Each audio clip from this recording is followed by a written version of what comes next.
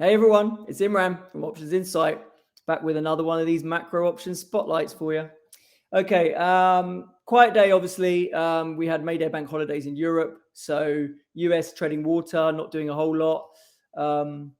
VIX did have a momentary blip down. The futures traded on a 17 handle, but it did recover pretty quick. So I don't know what I think there's some low volume selling going on there. Precious metals and energy were also weaker. Gold down about 0.5% with silver. Oil down 1.5%. Nat gas not doing too great either, down 3%. As we said, we weren't overly convinced with the nat gas rally so far. So we closed out some of our short put spreads last week. But then industrial metals saw a pop. So you did see copper having a bit of a rally, up 1.2%. Interesting there that it's diverging from the other commodities. Maybe a sign of something. We'll see. Looking at vols, a bit of a nothing day. Given the quietness and a lot of people probably still being out. So as we await macro data, we've got FOMC obviously on Wednesday. We've got non-farm payrolls on Friday, and we've got Apple earnings on Thursday. So lots of things to get our teeth into. Commodity vols did pick up slightly though across silver, oil, and copper, and they have been sitting. Certainly, oil and copper have been sitting near the lows. So starting to see some bottom fishing involved there. Nat gas vols still unable to really find a bid though. And it is at lows not seen since March 2022, in the 60s, low 60s. So we'll see if that can, but I think it's going to need a spot rally for that vol to really go bid. We've been languishing down here near the lows for a while. Vol's collapsed. So I think the things that's going to drive vol higher is if we do start to get a material bounce, and that's still to be seen. And then carry wise, obviously we've got a bit of negative carry coming in on these US indices. Including the VIX. And then over here, we've got very positive deep carry still in the likes of Europe. So that's still saying earned theta, basically, for those who want to sell some gamma. All commodities are in positive. Precious metals is deeply positive, 50+%. And then that's just as precious metals kind of consolidating their gains. They have pulled back from the highs, but they're not breaking down. So they're kind of in that consolidation mode after having pretty good year-to-date gains. In terms of skew, no real action in equity skew on a quiet day. We have seen a relatively bigger drop in skew over the last week in NASDAQ. So you can see that here down 1 vol. And that's just kind of signaling there's a bit more upside demand in tech after the positive earnings that have come through on the mega caps. So people kind of, thinking maybe the techs have got some more legs. Nat gas skew was also softer in commodities. That's approaching flat. It's only 1 vol for puts right now. So getting dangerously close to flipping into call premium, which we think may well be a sign of a bounce coming, basically. If and when it does flip into calls, don't be surprised to see that happening in and around the time that nat gas has a more material rally to the upside. That's kind of what we're sniffing out here, I think, in the way these skew moves are. Okay, what else am I looking at? VIX seasonality. So recent collapse in VIX from the middle of March. We did call that out pretty successfully. We mentioned a number of times in our various appearances and in our daily videos that we thought VIX was going lower. We had some put calendars, we had some puts on. Those did pretty well. They all got closed out, obviously. But, it's following the seasonality like clockwork. You look at 20 years of data. This, I think, is Goldman's who puts this out. Potentially, but anyway, we see tops out middle of March. It kind of gets to a bottom end of April, early May, and typically you're going to see some sort of bounce in VIX, right, based on seasonality. So we have started to position a little bit long VIX by some cool fly structures. But so if it does go by the seasonality, then we may well get a bounce, right? We'll see how that plays out, and that kind of also lines up with the sell in May idea that people tend to have in terms of stocks. Where if stocks do sell off, then you would expect VIX to bounce a little bit.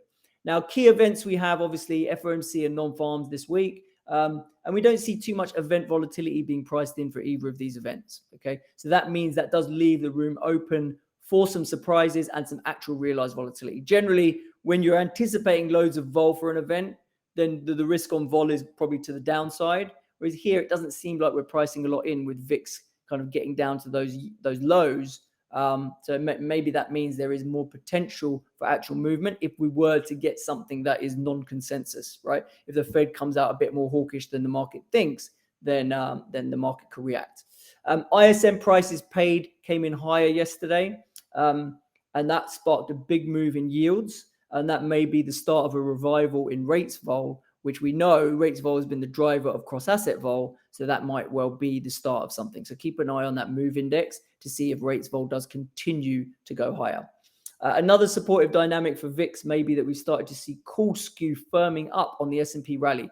This is a chart put out, I think this one's by Goldman's actually, and they're talking about 2-day spot move in S&P versus 1 month call skew 2-day change, and basically say it's very extreme. So we're seeing a rally in S&P, and we're seeing quite a strong bid to call skew coming, right? So it's basically saying the volatility surface is reacting to moves in spot in a quite extreme way, suggesting that people are kind of needing to chase that upside now because maybe the street doesn't own it enough. Maybe they don't own enough equities, so they need to buy some of that upside. So this might be a precursor to some spot up, vol up price action, right? We've been waiting to see that to give us some sort of signal. And we, if we think a pop above 4,200 may well trigger some spot up, VIX up type moves. And that would be the signal we're looking for to get a bit more bullish on vol, basically. Okay, we're already starting to get a bit bullish on vol. We'll probably get more bullish on vol once we see that happen. Okay, now looking over at gold. Gold seems to have a bit of a track record for hedging the debt ceiling concerns. Okay, so you can see the chart on gold here. It's been consolidating, as we said, forming out this little triangle. So it's kind of buying time, right? It had a very strong up move. It hasn't pulled back too much, but it is consolidating. So it's basically becoming less overbought through the passage of time. Looking at the volatility, which is the pink line, gold vol has got slammed though, not back to the lows, but back to mid-range. So it has come back quite a long way.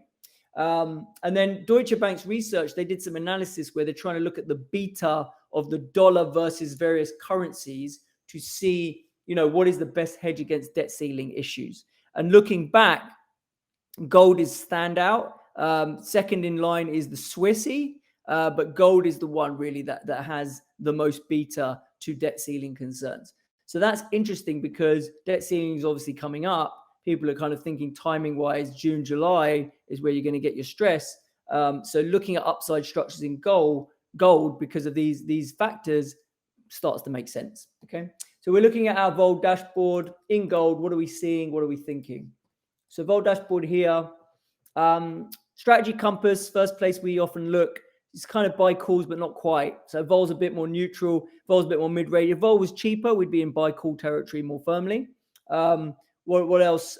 Skew wise, we have had skew that did move to very, very extreme call premium, about 4 vols for calls.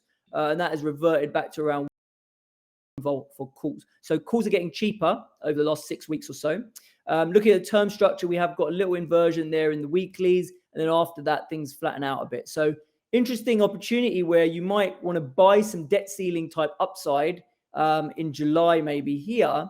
And then you could use some short dated stuff to fund it, given that the curve is inverted, right? And the reason you would do that is because it's not carrying very well, okay? In terms of the carry is very positive, which means owning options outright is a bit dangerous because of the decay bleed. So if you want to manage a decay, you're going to sell some short dated upside and you're going to buy some longer dated upside against it. You're going to use a calendar structure to get yourself long some gold for the timing around the debt ceiling. So that's the trade idea. All right. Thanks a lot for listening, everyone. And I'll catch you all tomorrow. Cheers.